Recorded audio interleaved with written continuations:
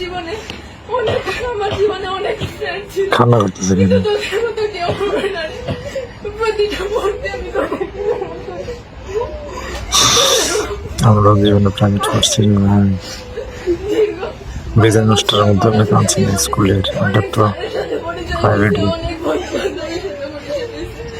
কিন্তু শামীম স্যারের মতো কেউ হয়ে উঠবে না আজ পর্যন্ত। শামীম স্যার ফ্রেন্ড আজ পর্যন্ত হয়ে উঠবে না। আমি ক্লাসের মধ্যে অনেক কথা ডাউটার দিতাম, যাতে অনেকে বিরক্ত হতো। সবাই আমাকে ক্ষমা করে দিও। আমার